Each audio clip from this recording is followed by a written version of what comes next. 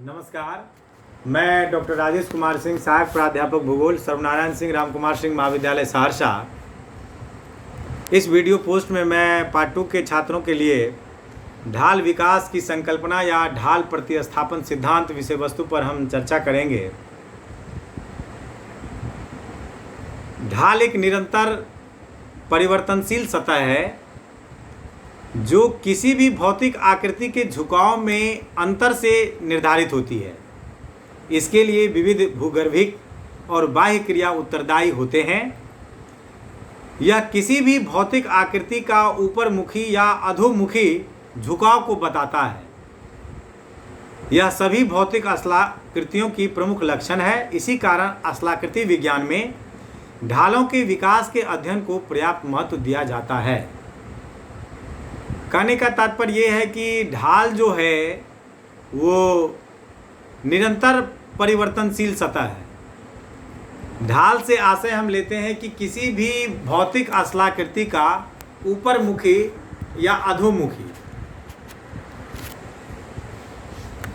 कैसा है, यानी कि कोई भी जो स्थलाकृति है, आसान भाषा में समझने के लिए कि मान लीजिए कि हम एक किसी सतह पे हम पानी गिराते हैं, तो जब हम पानी गिरता है तो आप देखेंगे कि पानी जो है सो का जो स्वभाव है वो ऊपर से नीचे की ओर बहने का स्वभाव होता है। तो जहाँ पे पानी गिरा और जिस दिशा में पानी बहा, तो वो इस बात को दिखाता है कि जो स्थान है वो स्थान ऊंचा है और उस स्थान से आगे का कौन सा भाग जो है सो वो नीचे होते चला जाता है, यानी उसकी ऊंचाई कमती चली जाती है समुद्र तल से।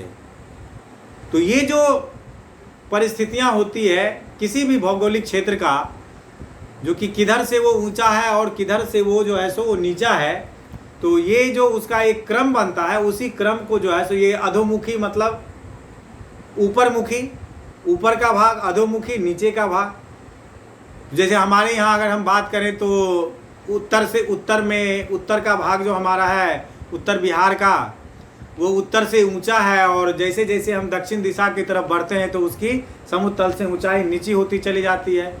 तो यानी कि उत्तर बिहार में जो अगर हम बारिश होती है तो आप देखेंगे कि उसका सारा पानी हम जो कहते हैं कि गंगा नदी में आकर के जो है सो आ जाती है, यानी कि उसकी ढाल जो है सो हिमालय से गंगा नदी की तरफ है, तो इसीलिए पानी उत्तर से दक्षिण की तरफ आती है।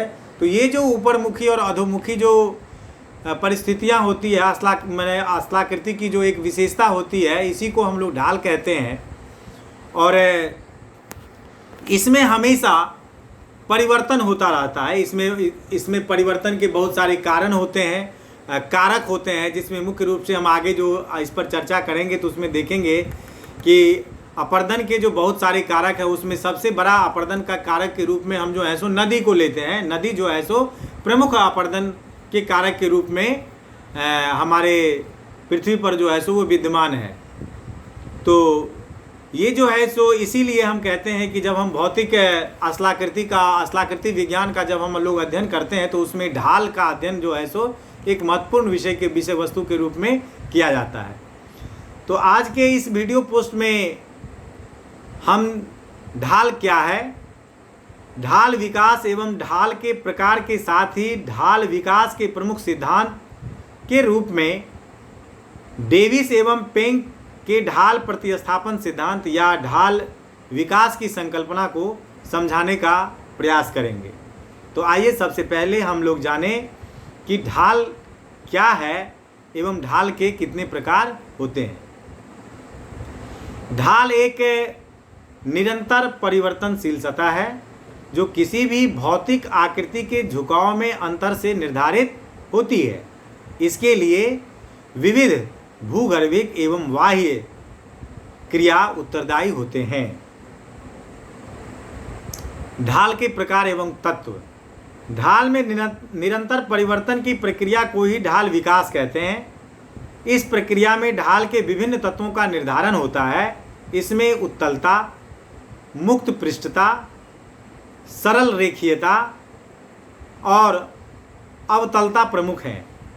इन तत्वों से उत्तल ढाल, मुक्त पृष्ठ ढाल, सम ढाल या सरल रेखीय ढाल तथा अवतल ढाल का विकास होता है। यह सभी तल स्वतंत्र रूप से या संयुक्त रूप से पाए जाते हैं। उत्तल ढाल के विकास में अपर्दन के साथ ही उत्थान का प्रभाव भी होता है। इसमें ऊपरी भाग में मलबा का जमाव भी होता है। इसके नीचे मुक्त पृष्ठ ढाल का तीव्र ढाल होता है। इसमें अपर्दन प्रमुख होता है। यहाँ मलबा का जमाव नहीं हो पाता है और तीव्र ढाल से मलबा नीचे की ओर स्थानांतरित होता रहता है। मुक्त पृष्ठ ढाल से आगे सरल रेखीय ढाल स्थित होता है जो सम ढाल के समान होता है। यहाँ ढाल में कमी के कारण मलबा का जमाव होता रहता है। यहाँ मंद ढाल होता है। इसके नीचे यानी कि मुक्त पृष्ठ ढाल के नीचे अवतल ढाल स्थित होता है। इसके लिए निक्षेपण की क्रिया भी उत्तरदायी होती है। किसी भी अपर्दन की प्रक्रिया में आधार तल की प्राप्ति में अवतलता एक सामान्य लक्षण है। ढाल में विभिन्न तत्व एवं विभिन्न प्रकार के ढालों के विकास में अपर्दनात्मक विवर्तनिक क्रियाओं का योगदान होता है। इसी आधार पर ढालों को 3 प्रकार में विभक्त किया जाता है। पहला अपर्दनात्मक ढाल, दूसरा संचयनात्मक ढाल और तीसरा विवर्तनिक ढाल। अपर्दनात्मक ढाल अपर्दन के विभिन्न कारकों के परिणामस्वरूप विकसित स्थलाकृतियों के ढाल को अपर्दनात्मक ढाल कहते हैं। जैसे नदी, पवन, हिमानियाँ, समुद्री तरंगे, भूमिगत नदियाँ द्वारा अपर्दन की क्रिया से निर्मित ढाल को अपर्दनात्मक ढाल कहते हैं। उदाहरण स्वरूप नदी घाटी, हिमानी घाटी आदि। संरचनात्मक ढाल के अंतर्गत पदार्थों या मलबों के जमाव से विकसित स्थलाकृतियों के ढाल को रखा जाता है। जैसे ज्वालामुखी क्रिया से निर्मित ज्वालामुखी पदार्थों के एकत्र होने से विकसित ज्वालामुखी पठार के ढाल, ज्वालामुखी क्रेटर, कार्डेरा आदि के ढाल। विवर्तनिक की क्रिया से उत्थान, धसान, वलन, भ्रंशन से निर्मित स्थलाकृति के ढाल को विवर्तनिक ढाल कहते हैं। जैसे भ्रंश घाटी, भ्रंश पर्वत, वलित पर्वत के ढाल आदि। स्पष्ट है कि ढाल विकास एक निरंतर प्रक्रिया है जिसमें भौतिक स्थलाकृति की सतह में परिवर्तन होती रहती है। इससे ढालों में परिवर्तन और नवीन ढालों का विकास होता रहता है। अब हम ढाल विकास की संकल्पना या ढाल प्रतिस्थापन सिद्धांत पर चर्चा कर रहे हैं। प्रारंभ में भूआकृति वैज्ञानिकों के द्वारा ढालों के विकास से संबंधित एकल प्रक्रम संकल्पना का विकास किया गया, जिसमें किसी एक कारक को ही ढाल की उत्पत्ति के लिए उत्तरदायी माना गया। वर्तमान में बहुल प्रक्रम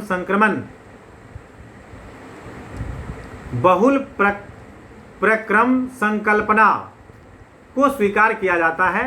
इसके अनुसार ढालों के विकास के लिए कई कारक उत्तरदायी होते हैं। डेविस एवं पेंग का सिद्धांत बहुल प्रक्रम संकल्पना पर आधारित है। डेविस एवं पेंग के ढाल प्रतिस्थापन सिद्धांत में पेंग के सिद्धांत को अधिक मान्यता प्राप्त है, क्योंकि डेविस के ढाल प्रतिस्थापन सिद्धांत की तुलना में पेंग के सिद्धांत अधिक वैज्ञानिक हैं। इसके बावजूद प्रारंभिक सिद्धांत के रूप में डेविस के सिद्धांत का महत्व बना हुआ है। आइए दोनों सिद्धांतों को एक एक करके समझते हैं। कहने का तात्पर्य यह है कि ढाल विकास के संदर्भ में जो डेविस और पेंग महोदय ने जो अपना बहुल प्रक्रम सिद्धांत संकल्पना या सिद्धांत दिया, तो सबसे पहले ढाल विकास प्रक्रम का सिद्धांत जो है तो डेविस महोदय के द्वारा दिया गया, लेकिन इनके द्वारा दिए गए सिद्धांत में वैज्ञानिकता की कमी पाई जाती है। लेकिन पेंग महोदय के द्वारा जो ढाल विकास प्रक्रम का सिद्धांत दिया गया, यह बहुत हद तक वैज्ञानिक प्रक्रम को के आधार पर दिया गया है। तो वर्तमान समय में विश्व में ढाल अपर्दन ढाल प्रक्रम के सिद्धांत के रूप में पेंक महोदय के द्वारा दिया गया सिद्धांत जो है सो सर्वाधिक मान्य सिद्धांत है।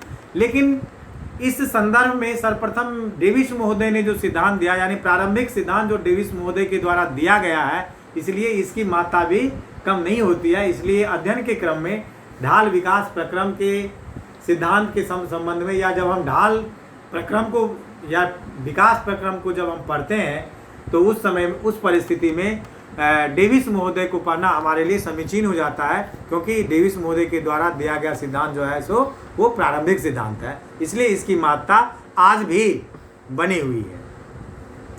तो आइए सबसे पहले हम लोग जो है सो डेविस महोदय के द्वारा दिए गए ढाल प्रतिस्थापन सिद्धांत के बारे में जानें।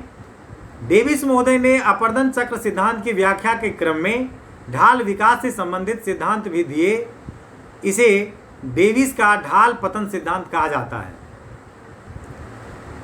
डेविस महोदय के अनुसार अपर्दन चक्र की प्रक्रिया में ढाल का क्रमिक पतन होता है और अंततः ढाल समाप्त हो जाते हैं, जिससे एक अपर्दन चक्र पूर्ण होता है। ढालों के विकास में अपर्दन की प्रक्रिया द्वारा ढाल का शीर्ष कोण का क्रमिक ह्रास होता है, जो लंबवत अपर्दन के बाद क्षैतिज अपर्दन से संबंधित है। ढालों के शीर्ष कोण में परिवर्तन ढालों की ऊंचाई में क्रमिक ह्रास के कारण होता है। अपर्दन चक्र की युवावस्था में नदियों का वेग काफी तीव्र होता है, जिसके कारण तलीय कटान की क्रिया घटित होती है, जिससे गहरी तीव्र ढाल वाली घाटी का निर्माण होता है। यह ढाल उत्तल ढाल के समान है। प्रौढ़ा अवस्था में नदी के तलीय कटान में कमी और क्षैतिज कटान में वृद्धि होती है, जिसके कारण घाटी के शीर्ष भाग का अपर्दन प्रारंभ हो जाता है और घाटी का शीर्ष कोण नीचे आने लगता है। ऐसे में ढाल में कमी आने लगती है। इस ढाल को समढाल कहते हैं या सरल रेखीय ढाल भी कहते हैं। अपर्दन चक्र के वृद्धावस्था में तलीय कटान लगभग समाप्त हो जाता है और क्षैतिज कटान में वृद्धि बनी रहती है। इससे समतल समढाल का भी पतन होने लगता है और शीर्ष कोण और नीचे आने लगती है। ऐसे में अंततः ढाल समाप्त हो जाते हैं। इसे ही ढाल पतन की अवस्था कहते हैं।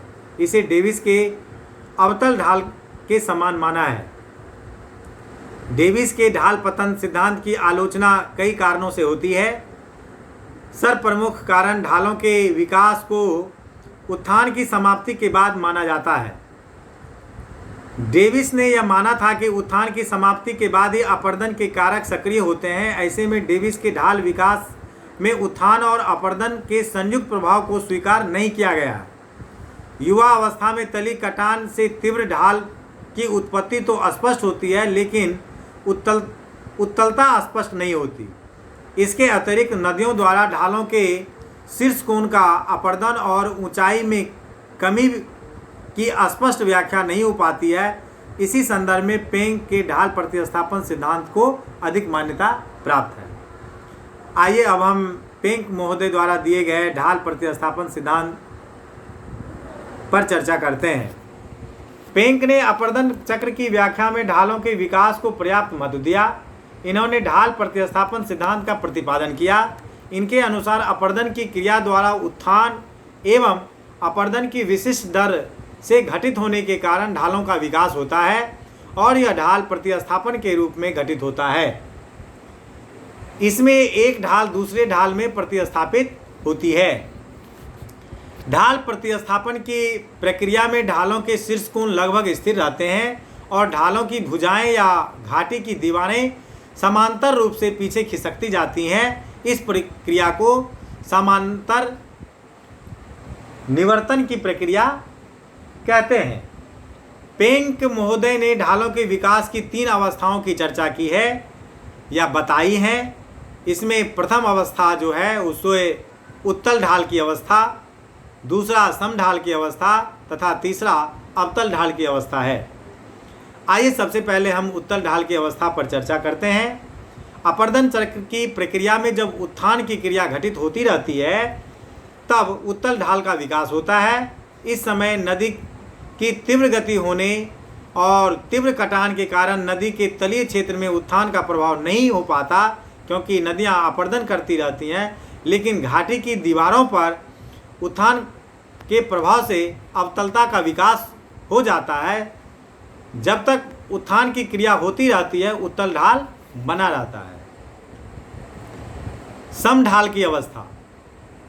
उत्तल ढाल की समाप्ति के बाद नदियों द्वारा क्षैतिज अपरदन तीव्र हो जाता है, जिससे घाटी की चौड़ाई में वृद्धि होने लगती है और उत्तल भाग का अपरदन हो जाता है। इससे समढाल का विकास होता है, लेकिन शीर्ष कोण स्थिर बने रहते हैं। यह क्रिया समानांतर निवर्तन कहलाती है। अब हम अवतल ढाल की अवस्था पर चर्चा कर रहे हैं। समानांतर निवर्तन की क्रिया घटित होते रहने से समढाल का प्रतिस्थापन अवतल ढाल में हो जाता है।